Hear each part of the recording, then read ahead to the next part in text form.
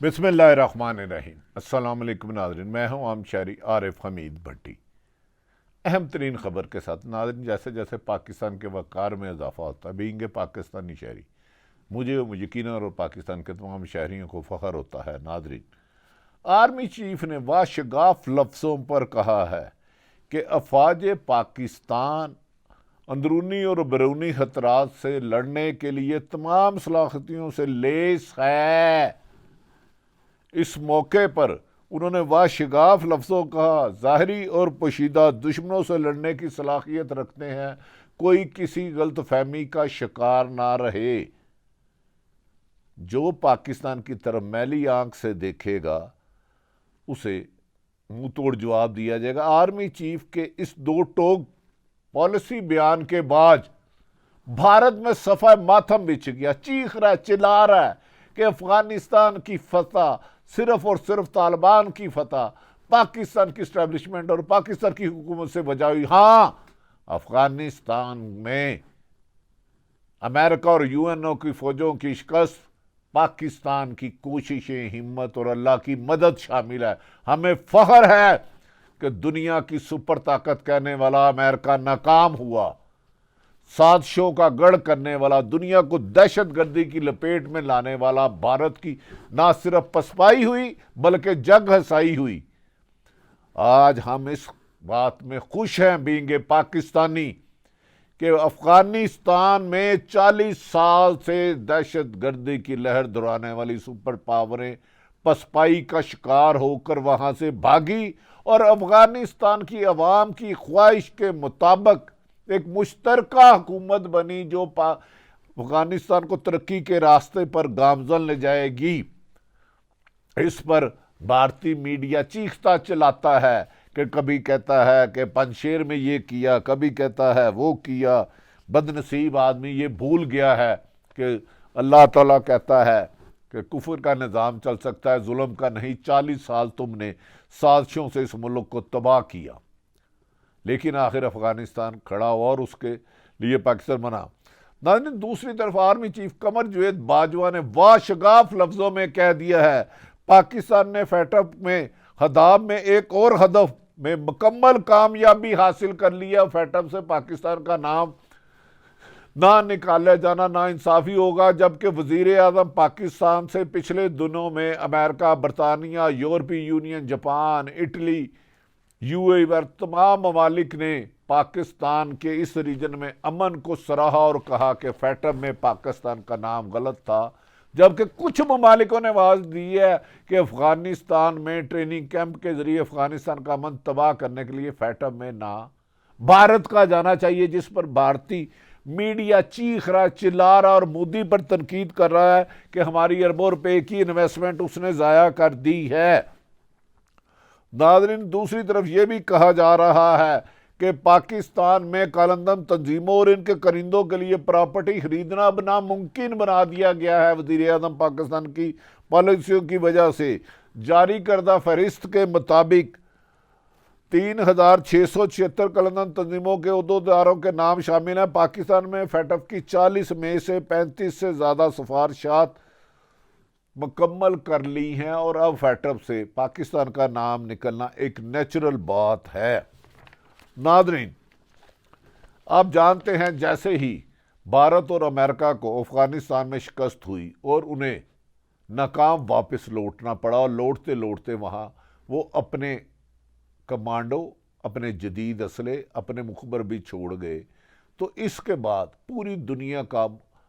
توجہ کا مرکز پاکستان بن گیا۔ وزیر اعظم پاکستان عمران خان اور قمر جاوید باجوہ سے بار بار ممالک ملاقات کی، اور اس موقع پر بعض ممالک نے، سعودی عرب، یو اے ای، برطانیہ، امریکہ نے پاکستان کی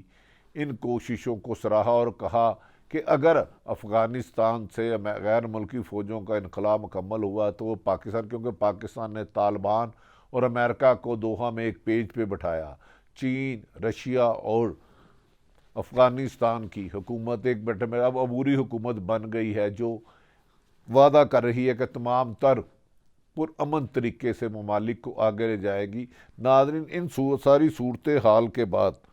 جو بدقسمتی یہ ہے کہ بھارت گھبراہٹ کا شکار ہے، کنفیوز، اور اسے شکست نے اسے ان بیلنس کر دیا ہے۔ اس سلسلے میں آرمی چیف نے واضح طور پر کہا کہ ہمارے شہداء ہمارا فخر ہے، ہمارے شہداء ہمارا فخر ہے، ہماری شان ہے، ہماری آن ہے، اور غازی اور شہیدوں سے طاقت رکھنے والے اور ان کے تمام رشتہ داروں کو سلام پیش کیا جاتا ہے۔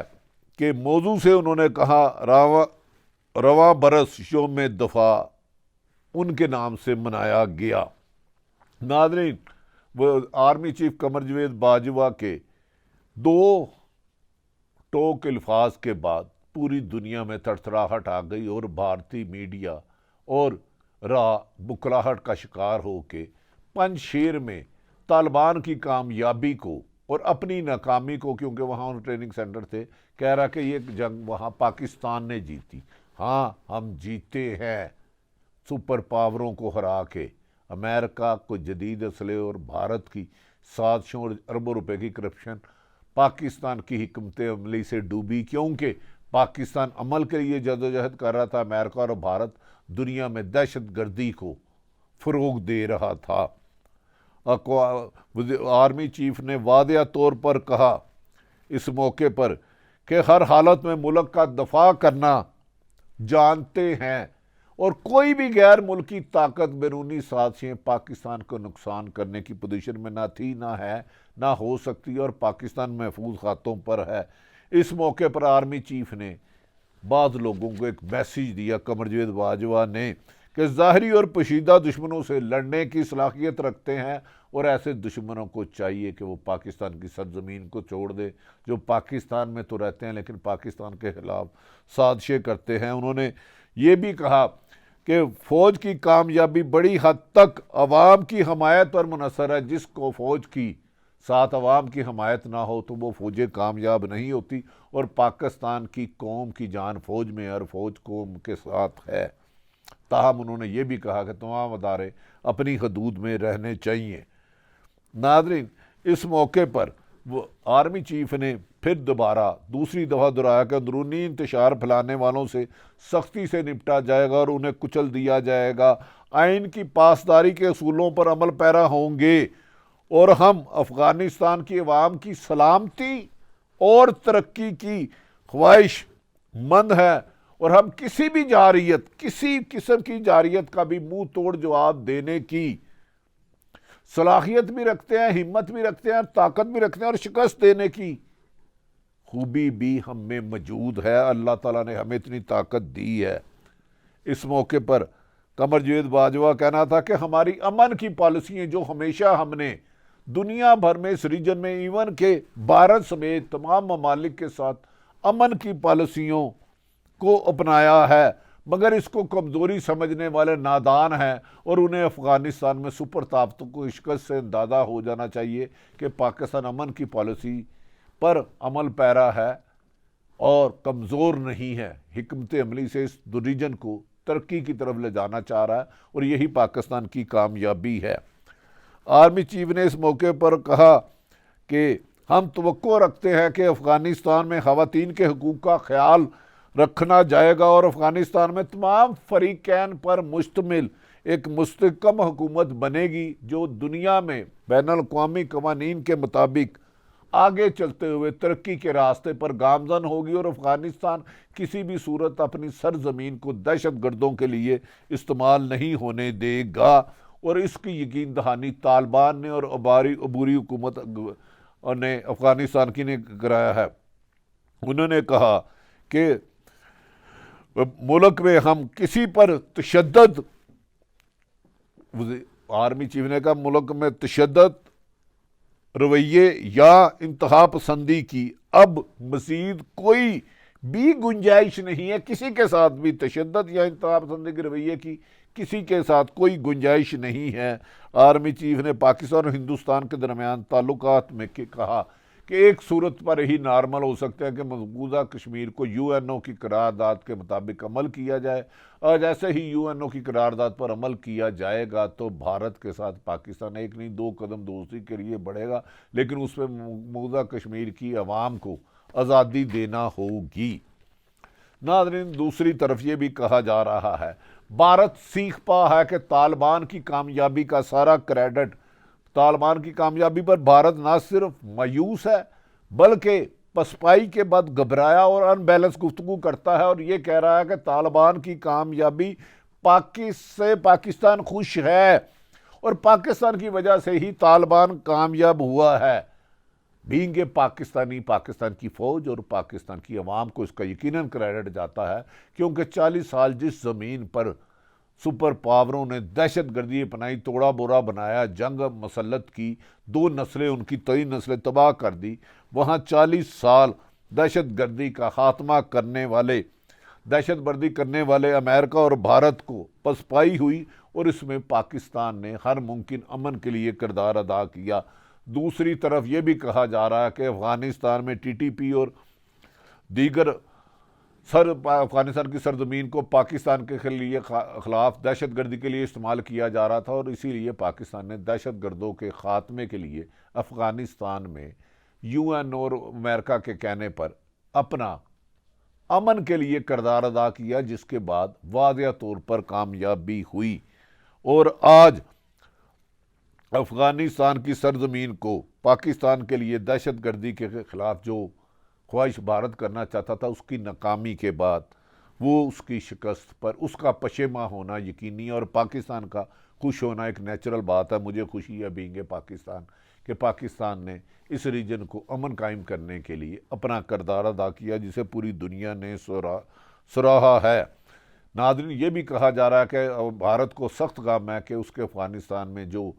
القاعدہ اور داعش کے لیے کیمپ تھے وہ بھی تباہی کی طرف جا رہے ہیں۔ ناظرین، وائس آف امریکہ نے اس موقع پر ایک رپورٹ جاری کی اور یہ ثابت کیا کہ امریکہ کی پالیسیاں غلط تھی اور پاکستان نے امن کے لیے جو کردار ادا کیا وہ بہتر ہے۔ وائس آف امریکہ نے امریکن حکومت کو اب تجویز دی ہے کہ اب دنیا کو طاقت کی بجائے امن سے، معاشی ترقی کے ذریعے اپنی جگہ بنائے، ورنہ طاقت سے جہاں جہاں امریکہ نے استعمال کی وہاں پسپائی ہوئی۔ ناظرین، آخر پہ ایک بات کہنا چاہتا ہوں، میڈیا اتھارٹی بل کے ذریعے صحافیوں کو ماضی میں بھی صحافت پر قدغن، آزاد صحافت پر قدغن لگانے کی کوشش کی، صحافیوں کی طاقتوروں نے اپنی سوچ کا غلام بنانا چاہا، اور ہر طاقتور نے اپنی مرضی کے سچ کو صحافیوں پر مسلط کرنا شروع کیا۔ لیکن اب میڈیا اتھارٹی بل بنانے والے یہ بات یاد رکھ لیں، ناکامی آپ کا مقدر ہے۔ صحافت پر قدغن آپ نہیں لگا سکیں گے۔ صحافت پر چیک ہونا چاہیے، کسی بھی صحافی کو یہ رائٹ نہیں ہے کسی کے خلاف نامناسب اور جھوٹی باتیں کرے، لیکن صحافت کا گلا گھونٹنے کی اجازت نہیں دی جائے گی۔ اس کی آزادی کے لیے بڑے صحافیوں نے قربانیاں دی، شہادتیں دی، کوڑے کھائے، جیلوں میں کھائے، نوکریوں سے گئے۔ سچ کہنا اور سچ دکھانا ہمارے فرائض میں شامل ہے، ہمیں بے لگام نہ چھوڑیں، لیکن ہی سیڈ شی ویڈ والی نہیں ہوگی۔ ہم وزیر اعظم پاکستان سے نہایت ادب سے مطالبہ کرتے ہیں میڈیا اتھارٹی بل میں رد و بدل کر کے صحافت کا گردن نہ دبائی جائے، اس کو ریگولر کیا جائے، لیکن